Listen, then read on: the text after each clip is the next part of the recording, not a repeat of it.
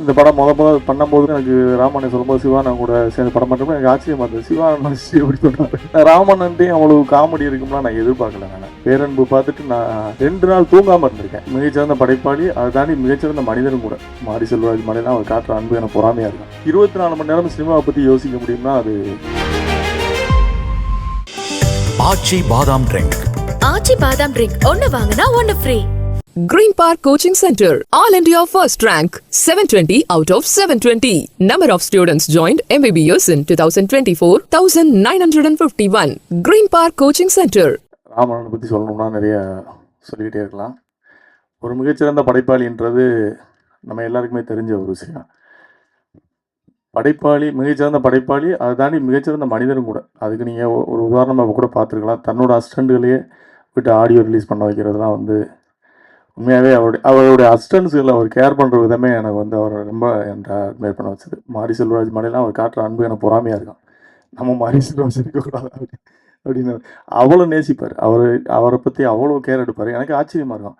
கூட இருக்கவங்கள இவ்வளோ நேசிக்கக்கூடிய ஒரு படைப்பாளியான எனக்கு அவர் கூட பணிபுரிந்த நாள் என் வாழ்க்கையில் நான் என்னுடைய திரைப்பயணத்தில் என்னுடைய மிக சந்தோஷமான நாட்கள்னு சொன்னால் அவரோட நான் பணியாற்றிய அந்த நாட்கள் தான். ஒரு படைப்பாளி 24 மணி நேரம் சினிமாவை பற்றி யோசிக்க முடியும்னா அது அண்ணன் ராமு அவரில் சொல்லலாம். ஏன்னா அந்தளவுக்கு வேறு யாரை பற்றியும் ஒரு நெகட்டிவாக பேசாமல், நம்மளே யாராவது பற்றி நெகட்டிவாக சொன்னோம்னா கூட அது காதில் வாங்க மாட்டார். அவர் வேணும் தூங்கி எழுந்திரிச்சானா ஸ்ட்ரைட்டாக எடிட்டிங்கில் இருப்பார். படைப்பு இது என்ன பண்ணலாம், அடுத்து என்ன பண்ணலான்ற யோசிக்கிறத தவிர வேறு எதை பற்றி சிந்திக்காத ஒரு மிகச்சிறந்த கலைஞன். அப்படி ஒரு கலைஞனுக்கு உண்மையாகவே ஹாட் ஸ்டார்ஸ் இந்த படம் பண்ணதுக்கு ஹாட் ஸ்டாருக்கு மிகப்பெரிய நன்றி. கிருஷ்ணாஸ்குட்டி சாராக இருக்கட்டும், பாலா சார் மற்றும் பிரதீப் சார் 3 பேருக்கும் இந்த மேடையில் நன்றி சொல்ல கடமைப்பட்டிருக்கேன். அப்புறம் சிவா பிரதர் இந்த படம் பண்ணும்போது எனக்கு ராமண்ணன் சொல்லும்போது சிவானன் கூட சேர்ந்து படம் பண்ணுறப்ப எனக்கு ஆச்சரியமாக இருந்தது. சிவானன் எப்படி சொன்னார். சிவானை மீட்டுறது கிடையாது அப்படின்னு. நான் ராமண்ணன்ட்டையும் அவ்வளவு காமெடி இருக்கும்லாம் நான் எதிர்பார்க்கல. நான் ஏன்னா பேரன்பு பார்த்துட்டு நான் 2 நாள் தூங்காமல் இருந்திருக்கேன். என்னை அவ்வளோ டிஸ்டர்ப் பண்ண படம் அந்த படம் பேரன்பு. நானும் பாரதிராஜா சாரும் வெளியே வரும்போது பாரதிராஜா சார் சொன்ன வார்த்தை எனக்கு இன்னமும் மைண்டில் இருக்குது. வெளில அப்படியே அமைதியாக வந்தார். நான் என்னப்பா அப்படின்னு கேட்டேன். அப்போ அவர் சொன்னார், நீ பாடுறா, இவன் இந்தியாவிலே மிகச்சிறந்த இயக்குனர்ன்ற பேர் வாங்கக்கூடிய ஒரு இயக்குனர் ராமண்ணன். எனக்கு ரொம்ப ஆச்சரியமாக, இவரோட எப்படியாவது ஒரு படம் நம்ம பண்ணணும்னு நான் ஆக்சுவலாக தரமணி பார்க்கும்போது தான் எனக்கு இவர் கூட சேர்ந்து படம் பண்ணணும்னு எனக்கு ஒரு ஆசை இருந்தது. அப்போ என்னால் முடியலை, இவரை வச்சு படம் பண்ணுற அளவுக்கு எனக்கு முடியல. அப்போ நான் தானன்ட்டு கொண்டு போய் ராமண்ணை போய் இன்ட்ரடியூஸ் பண்ணேன். ஏன்னா என்னால் முடியலை, தானனால் உடனே முடியுன்றதுனால தானன்ட்ட கொண்டு போய் விட்டேன். எனக்கு எப்படியாவது இவர் கூட படம் பண்ணணும்னா அதுக்கு நம்ம தகுதி ஆகிக்கிறோம் முதல்ல அப்படின்னு. அப்புறம் ஒரு நேரம் வரும்போது அப்போ ராமனை இப்படி ஒரு கதை இருக்குது பண்ணலான்னு சொன்னேன். இதுக்காகத்தானே காத்திருந்தேன் அப்படின்றது மாதிரி அந்த படைப்பு எடுத்து பண்ணதான் 7 கடல் 7 மலை. அப்புறம் இடையில பறந்து போகணும்னு ஒரு படம் ஹாட் ஸ்டாருக்கு பண்ணுறேன். நம்ம ஆனால் பண்ணுங்கள், நீங்கள் அடுத்தடுத்து தொடர்ந்து படம் பண்ணணும். ஏன்னா உங்களை மாதிரி இயக்குநர்கள் ஏன்னா இந்த படைப்புன்றது ஒரு படைப்பு நம்ம கமர்ஷியலாக பணம் மட்டுமே சம்பாதிக்கணும்னு நினைக்காம அதில் ஏதாவது ஒரு மெசேஜ் இருக்காங்க. அது இந்த சமூகத்துக்கு ஏதாவது ஒரு வகையில் பயன்படணும்னு நினைக்கிறேன். அதாவது சும்மா படம் எடுத்தான் சம்பாதிச்சான் அப்படின்றதெல்லாம் தாண்டி அந்த படைப்பு அந்த மக்களுக்கு என்னவா போய் சேருது அப்படின்ற ஒரு விஷயம் இருக்குல்ல. அதில் ராமனை மிக தெளிவானால அது மாதிரி அவருடைய அசிஸ்டன்ஸுகள் அப்படி மாரி செல்வராஜ் அதில் ரொம்ப தெளிவான ஒரு படைப்பாளியை தான் பார்க்குறேன் நான். அப்படி தான் இந்த படம் பறந்து போ ஒரு எல்லாருக்குமே ஒரு மனதுக்கு நெருக்கமான ஒரு படமாக இருக்கும். இதுலேயும் ஒரு அரசியல், அவர் படம் எல்லா படங்களையும் ஒரு அரசியல் இருக்குது, இதுலேயும் ஒரு சமூக அரசியல் இருக்கு. குழந்தைகள் எப்படி வளர்க்கணும். ஏன்னா இன்னைக்கு ஒரு ஃபாஸ்ட் ஃபுட் உலகம் ஆயிடுச்சு. எல்லாரும் ஹஸ்பண்ட் ஒரு வேலைக்கு போகிறோம், ஒய்ஃப் ஒரு வேலைக்கு போகிறாங்க, எல்லாரும் குழந்தைகளை எப்படி பராமரிக்கிறதுன்றது எல்லாருக்கும் ஒரு சேலஞ்சிங்கான ஒரு விஷயமா இருக்குது. அவங்க என்ன எதிர்பார்க்குறாங்கன்னே நமக்கு தெரியாது. நம்மளுடைய ஆசைகளை பூரா நம்ம குழந்தைகள்கிட்ட திணிப்போம். நான் எப்படி தான் என் பையன் இருக்கணும், இதுதான் ட்ரெஸ் போடணும், இப்படி தான் அவன் சாப்பிடணும், இதெல்லாம் நம்ம ஆசைப்பட்டு திணிப்போம். அப்படிலாம் இல்லாமல் அந்த குழந்தை என்ன விரும்புது அப்படின்னு சொல்கிறது அப்படி எப்படி யோசிச்சாருன்னு எனக்கே ஆச்சரியமா. இவர் யோசிக்கிற ஸ்கிரிப்ட் பூரா எனக்கே ஆச்சரியமா இருக்கு. நான் இன்ன வரைக்கும் வியந்து பார்ப்பேன் ராமண்ணன். ஒவ்வொரு நாளும் எனக்கு அந்த அவரை பார்க்கும்போது ஏற்படக்கூடிய ஒவ்வொரு நாளும் ஆச்சரியங்கள் எனக்கு ரொம்ப தான் இருக்கு. 2வது அவருடைய ஸ்பீச் எனக்கு ரொம்ப பிடிக்கும். இந்த 4 வருஷமா அவருடைய ஸ்பீச்சை நான் ரொம்ப மிஸ் பண்ணியிருக்கேன்.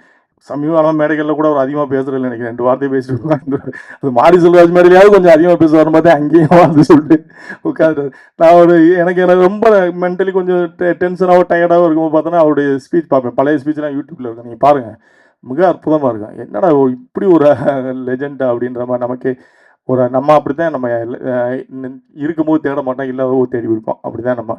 அப்புறம் அந்த படத்தில் நடித்த சிவா பிரதர் பற்றி மிக சிறப்பாக பண்ணியிருக்காரு. நான் ஃபஸ்ட் டைம் போய் மீட் பண்ணுறேன் கோயம்புத்தூரில். மீட் பண்ணி என்ன பிரதர் ஷார்ட் முடிஞ்சான்னு கேட்டேன்.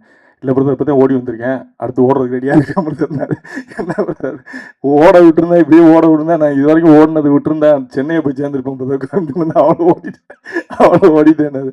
அவருக்கு அந்த இடமே வந்து ஒரு கலகலப்பான இடமா இருக்கு. அவருடைய படங்கள் வந்து மேக்ஸிமம் வெற்றி படங்களாக தான் இருந்திருக்கு. சிவா பிரதருக்கு அவர் அகில உலக சூப்பர் ஸ்டார்ன்றது சிவா பிரதர் இந்த படத்தில் வந்து நீங்கள் மிகப்பெரிய வெற்றி பண்ணணும், அவங்க நல்ல மன எண்ணங்களுக்கு நீங்கள் நிச்சயமாக வெற்றி பண்ணணும்.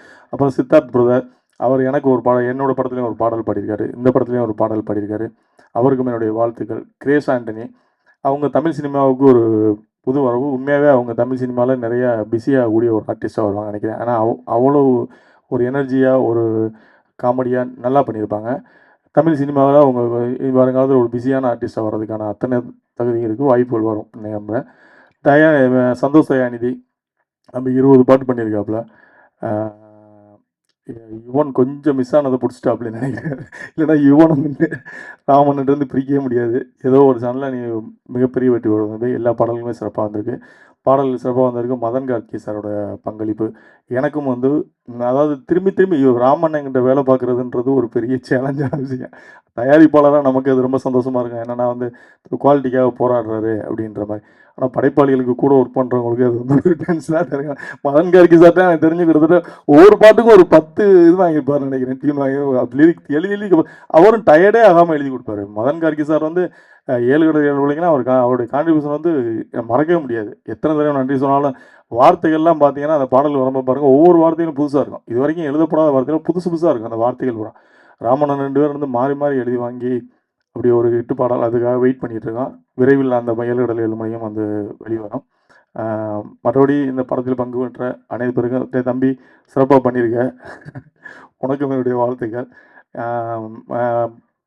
இங்கே வந்திருக்கும் அனைவருக்கும் எனது நாட்டு நன்றியில் விடைபெறுகிறேன். நன்றி. ஆச்சி பாதாம் ட்ரிங்க். ஆச்சி பாதாம் ட்ரிங்க் ஒன்னு வாங்கினா ஒன்னு free. Green Park Coaching Center, All India First Rank, 720 out of 720. Number of students joined MBBS in 2024, 1951. Green Park Coaching Center.